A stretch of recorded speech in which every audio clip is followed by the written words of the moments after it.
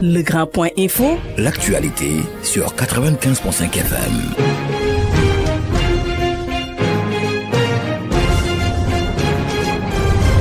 Bonjour et bienvenue sur la fréquence citoyenne, la 95.5, émettant du building communal et sur rtmd.tv.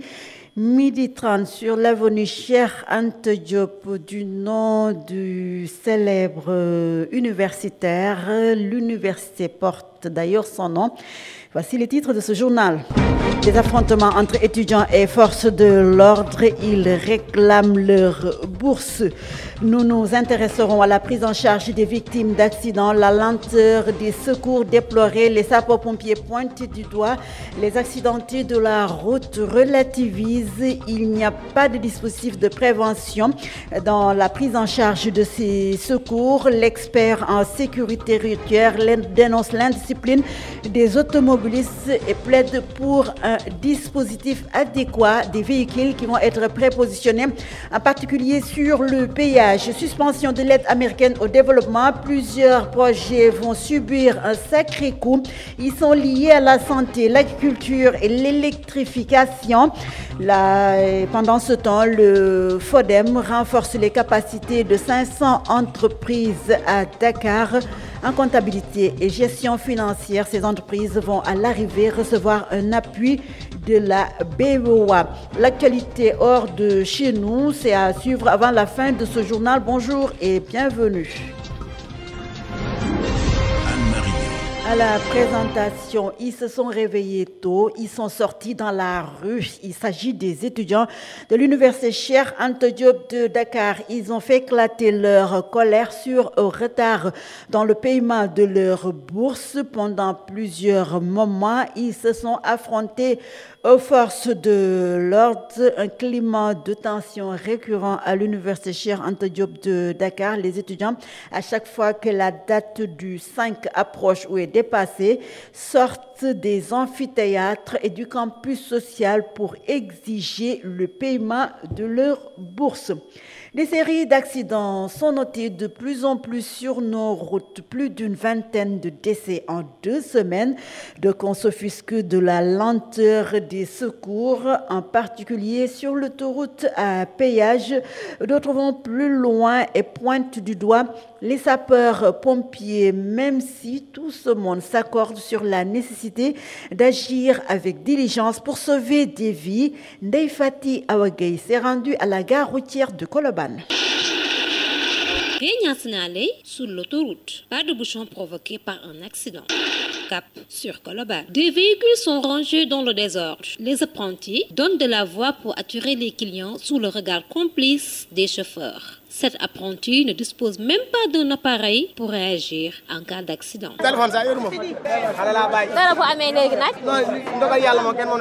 Ce chauffeur a testé un numéro disponible et les secours sont rapidement arrivés. En cas d'accident, j'appelle le 18. J'avais un numéro. Quand je l'avais appelé, j'avais eu directement la centrale. C'est eux qui ont avec la structure la plus proche. Il rajoute. Les sapeurs-pompiers, ce sont des structures organisées. Donc avant de quitter les lieux, l'information est relayée de haut en bas et de en bas en haut. Son collègue déplore par contre le retard d'intervention des sapeurs-pompiers. Tu sais, quand il y a accident, parfois on passe des heures à attendre des secours et on ne les voit pas. Je pense donc que l'État doit mettre en place un dispositif qui va permettre aux sapeurs-pompiers de réagir rapidement. Les accidents sur l'autoroute causent parfois beaucoup de dommages matériels et corporels. Les automobilistes se plaignent à tort ou à raison de l'intervention des secours. Des secours qui tardent à porter assistance aux personnes victimes d'accidents. Elles sont nombreuses à subir les séquelles et lorsqu'elles sont évacuées au niveau des structures hospitalières ou sanitaires, ces victimes ne disposent pas d'une lettre de garantie pour pouvoir être prises en charge dans les meilleurs délais et dans les meilleures conditions. C'est ce que déplore le président de l'Association nationale des personnes accidentées et vivant avec un handicap, Ousmane Doye, qui préconise des mesures. Il est largement revenu sur les différentes étapes qu'encourent les victimes d'accidents et note également les causes de ces accidents avec plus de 20 morts sur nos routes en moins de 2 semaines. Ousmane Ndoye est joint par Ndeye Aminata Seck. L'accident, c'est à 3 niveaux. Il y a avant faire la prévention et la sensibilisation. La réserve qu'on a mis en place devait mettre beaucoup de moyens sur le terrain. Quand il y a des grands événements, on doit préparer les événements, faire une campagne de prévention et de sensibilisation pour essayer de réduire le taux de mortalité et le taux d'accident sur la route. On peut le réduire à 80%. C'est les gens en train de mourir en groupe sur la route, faute de comportement, faute des véhicules qui ne passent pas aux visites techniques, qui ont des défaillances, qui provoquent des accidents. Ça, l'État doit veiller sur ça. Quand il s'agit pendant accident, là, c'est des lenteurs d'intervention. J'avais proposé l'État de mettre les véhicules sur les carrefours, prêts à intervenir 24/24. Comme ça, quand il y a un accident, il y aura une intervention très rapide. Deuxième lenteur, c'est lenteur des paiements, la prise en charge des victimes d'accident. Parce que 99% les véhicules sont assurés. Donc, dès qu'il y a un accident, l'assurance devait mettre une lettre de garantie automatiquement pour la structure l'ANASER, mettre une lettre de garantie pour que les victimes puissent avoir un paiement au niveau de l'hôpital pour avoir une opération chirurgicale. Et tout ça, c'est des problèmes. Des problèmes que rencontrent les victimes d'accidents au niveau des structures hospitalières. Ousmane Ndoye, que vous venez de suivre, il est le président de l'Association nationale des personnes accidentées vivant avec un handicap. Des mesures préconisées également par l'expert en sécurité routière Ibrahima Ndongo. Un dispositif de véhicules prépositionnés prêt à intervenir en cas d'accident sur n'importe quelle route du pays, et l'arrivée tardive des secours est principalement due à l'indiscipline des automobilistes qui ne respectent rien du code de la route. Et les sapeurs-pompiers, s'ils tardent à arriver, c'est parce qu'ils ne sont pas, ils n'ont pas été appelés à temps. C'est la raison pour laquelle ces sapeurs-pompiers ne peuvent agir.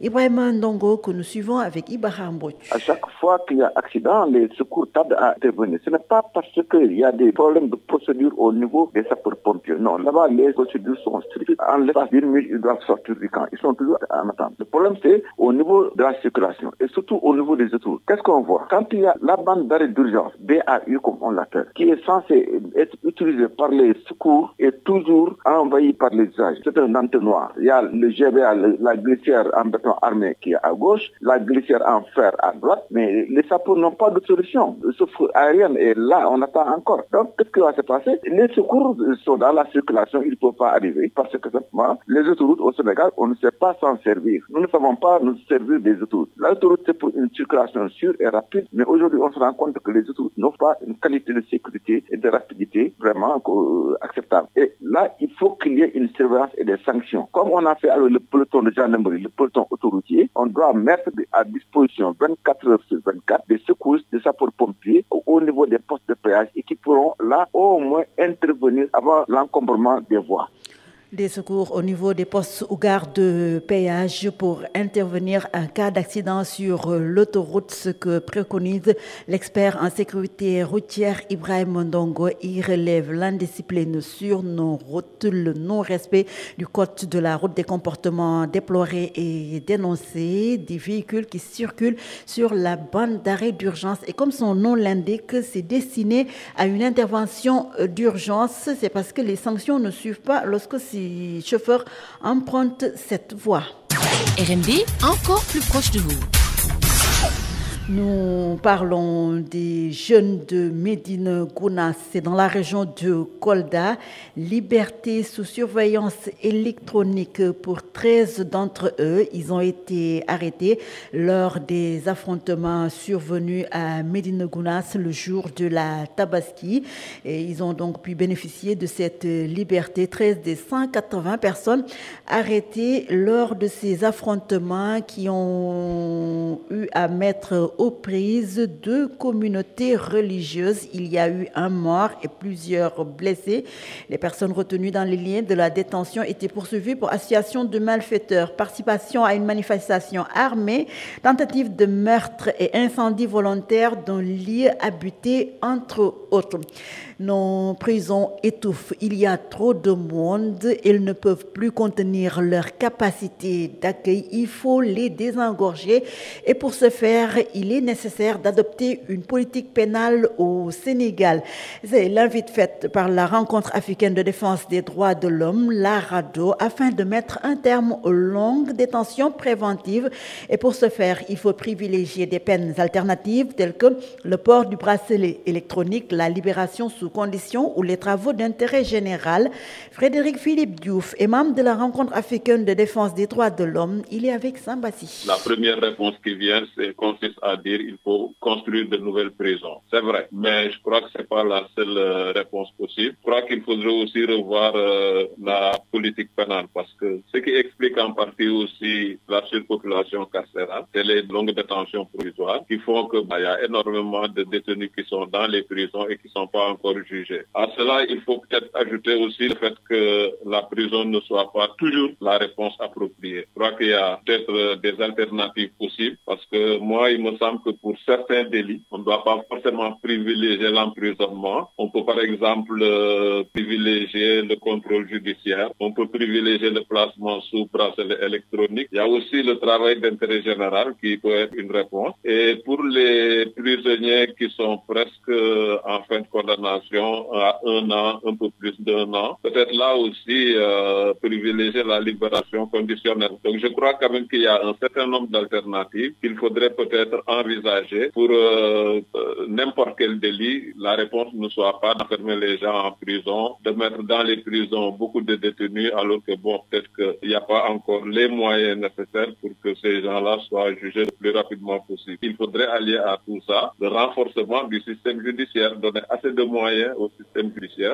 Frédéric Philippe Diouf de la Rencontre africaine des droits de l'homme, la RADDHO, qui défend les droits de l'homme pour un désengorgement de nos prisons, entre autres mesures préconisées, le port du bracelet électronique, la libération des prisonniers ou prévenus sous conditions et les travaux d'intérêt général. La suite de ce journal à 12h passées de 42 minutes. RMD, la voix de Dakar.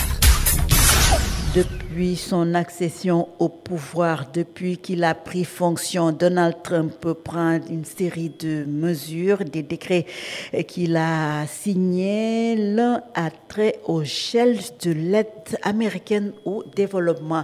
Plusieurs secteurs clés liés à la santé, notamment la lutte contre la malaria ou paludisme, la tuberculose, le VIH-Sida, l'agriculture avec le programme sécurité alimentaire ou d'autosuffisance alimentaire, mais aussi l'électrification rurale pour un accès de tous à l'électricité vont être sérieusement affectés, selon le directeur du Centre d'économie appliquée, le docteur Tchernochoun, que nous écoutons. La situation de l'aide américaine au Sénégal peut avoir plusieurs conséquences économiques significatives. C'est des projets qui étaient déjà entamés, financés, bouclés, et qui étaient en phase d'opérationnalisation. Et c'est un impact sur des projets de développement, notamment sur le secteur de l'énergie, parce que ce gel de ce programme, notamment du Millennium Challenge Point, d'environ 316 milliards de francs CFA, était destiné pour l'électrification rurale. Ça va affecter naturellement l'accès à l'électricité pour de nombreuses communautés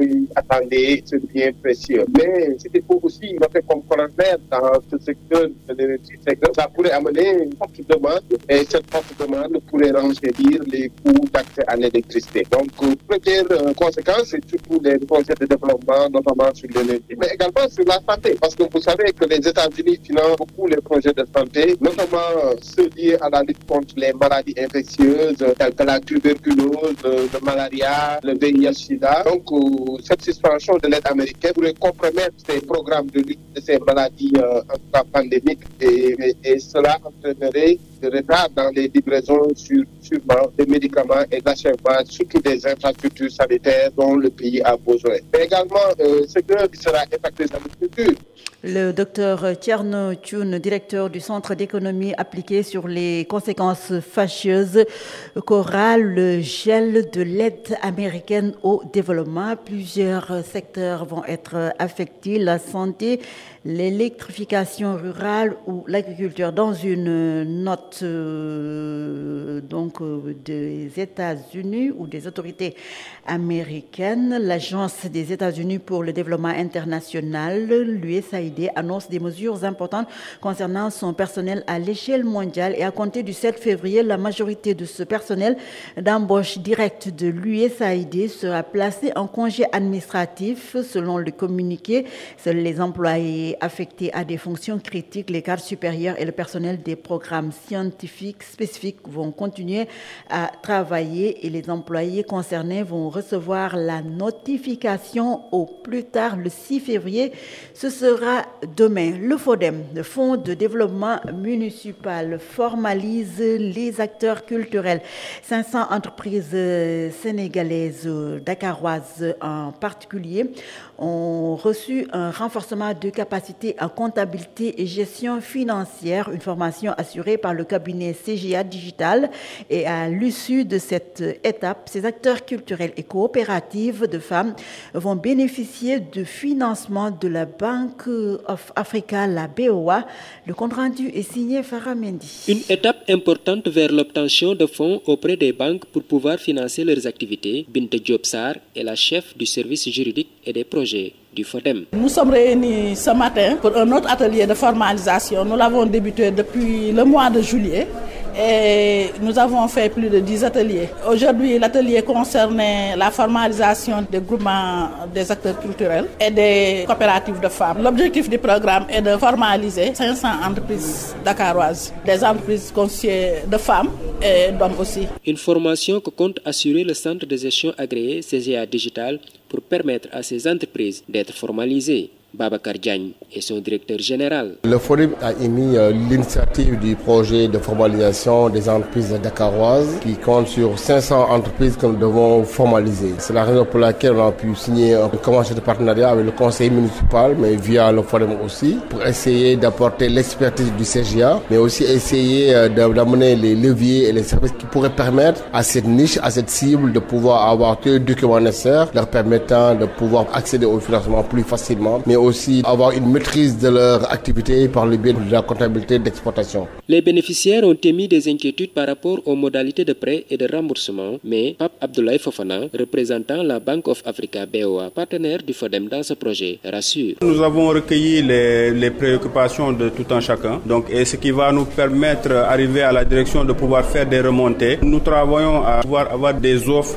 qui sont surdimensionnées par rapport aux clients. Donc, et c'est ce travail que nous allons faire dès que nous serons au bureau pour essayer de voir comment nous pouvons avoir des packages qui seront dédiés aux femmes et aux hommes aussi qui étaient ici. Donc pour pouvoir commencer le travail et perpétuer ce que veut faire CGA et FODEM. À terme, 500 entreprises dakaroises vont bénéficier d'une formalisation pour davantage capter des financements et booster leurs activités. Encore un incendie dans les équipements marchands. Cela est survenu à Ziguinchor, au marché Saint-Maur de Fossé. 3 cantines ravagées par les flammes. Les sapeurs-pompiers qui ont réussi à circonscrire rapidement le sinistre avec l'aide des commerçants. Et selon le secrétaire général du marché Saint-Maur, les sapeurs-pompiers et les commerçants sont parvenus à éteindre l'incendie. Des dégâts sont importants. Plusieurs moyens ont été mobilisés pour venir à bout de ce sinistre et les dégâts matériels évalués à 1,2 1,5 milliard de francs CFA. L'incendie qui est survenu, c'était le 6 décembre, donc avec ces dégâts importants, avait ravagé des magasins, installations commerciales érigés sur une emprise de 4000 mètres carrés. Après le marché Gitch de Kaolack, celui central de la même région, c'est au tour du marché Saint-Maur de Ziguinchor de faire les frais des flammes. RMD. Les partisans de Amadouba de la nouvelle responsabilité sonnent la mobilisation pour s'opposer à la liquidation politique de leur leader. La démarche des nouvelles autorités ne passera pas. Ils l'ont annoncé lors d'une conférence de presse. Les cadres de la nouvelle responsabilité l'ont envers la levée de l'immunité parlementaire de l'ancien Premier ministre Moïse Sarr. Le porte-parole du jour estime que la nouvelle responsabilité va unir ses forces avec tout le peuple sénégalais pour dire non au régime dictatorial de PASTEF. Il est avec Sambassi. Tenons à exprimer notre profonde indignation et notre rejet total de cette manière scandaleuse de faire la politique par ce régime actuel. Cette manœuvre, visiblement orchestrée par le pouvoir en place, s'inscrit dans une logique politicienne abjecte visant à museler toute voix discordante et à écarter de futurs candidats à la présidentielle de 2029. Nous dénonçons avec la plus grande fermeté cette dérive autoritaire observée depuis un certain temps et qui tend à faire de la justice un instrument de règlement de compte. Face à cette tentative inqualifiable de manipulation de la justice à des fins politiques, la nouvelle responsabilité appelle toutes les forces vives de la nation, les organisations de la société civile ainsi que la communauté internationale à se mobiliser pour mettre un terme à cette dérive liberticide. Nous ne laisserons pas faire et nous userons de tous les moyens légaux pour faire face à un régime qui peine à répondre aux préoccupations légitimes du peuple sénégalais. La démocratie sénégalaise est en danger et cette ère, c'est d'être complice de cette tentative de musellement de l'opposition et de confiscation du débat démocratique. RMD Info, l'actualité internationale. À l'étranger, avec cette situation en République démocratique du Congo, après donc des échanges de tirs constatés entre les forces républicaines et le M23, près de 3000 morts relevés à Goma après les affrontements de la semaine dernière. L'annonce est de l'Organisation des Nations Unies. Un dernier bilan dramatique et encore provisoire publié ce mardi, et les organisations humanitaires qui craignent des épidémies. Avec ce conflit entre la RD Congo et le Rwanda, l'Union européenne hésite sur sa stratégie et les mesures à adopter. Les 27 sont d'accord sur la nécessité d'accroître la pression sur Kigali afin de mettre fin à l'escalade dans l'est du Congo. Et fin janvier déjà, les 27 avaient clairement condamné la présence militaire du Rwanda en République démocratique du Congo et demandé au M23 de se retirer à défaut des menaces, des sanctions vont intervenir. Les déclarations de Donald Trump sur Gaza, des réactions qui vont de la sidération à l'indignation et passer l'effet de surprise, des réactions qui pleuvent dans la bande de Gaza avec ces déclarations de Donald Trump lors d'une conférence de presse tenue avec le Premier ministre israélien. Il recevait Benjamin Netanyahu à la Maison-Blanche.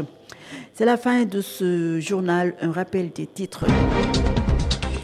Les affrontements entre étudiants et forces de l'ordre tôt ce matin. Les pensionnaires du Temple du Savoir réclament leur bourse. Prise en charge des victimes d'accidents, la lenteur des secours déplorée, les sapeurs-pompiers pointés du doigt, les accidentés regroupés au sein de l'Association nationale des accidentés de la route vivant avec un handicap relativisent. C'est parce qu'il n'y a pas de dispositif de prévention. L'ANASER, c'est l'agence en charge de la sécurité routière, doit toujours mener des campagnes de sensibilisation en dehors des grands événements. Il faut positionner des secours au niveau de tous les carrefours prêts à intervenir et permettre aux victimes des accidents de disposer d'une prise en charge au niveau des structures sanitaires. L'expert en sécurité routière embouche la même trompette. Ibrahim Ndongo déplore néanmoins l'indiscipline des automobilistes. Il soutient que des véhicules circulent sur la bande d'arrêt d'urgence destinée au secours. Suspension de l'aide américaine au développement. Plusieurs projets affectés de la santé à la culture en passant à l'électrification. Un sacré coup. Vous avez suivi les explications du directeur du Centre d'économie appliquée, le docteur Tchernochoun, au moment où le FODEM renforce les capacités de 500 entreprises à Dakar en comptabilité et gestion financière. Ces entreprises à l'arrivée vont obtenir un appui de la Bank of Africa, la BOA. Merci de nous avoir reçus chez vous, d'avoir suivi cette session d'information. Anne-Marie Nyang à la présentation, Alun Gomis a assuré la partie technique. Merci à toute la coordination. Ibrahim Boch, Daoundoy Sambasi et Cher Abdullah Khania que vous retrouverez à 13h30 pour la version Wolof. Merci Abdurrahman Dia de l'autre côté du studio. Excellent suite de programme à toutes et à tous. On se retrouve demain. Au revoir.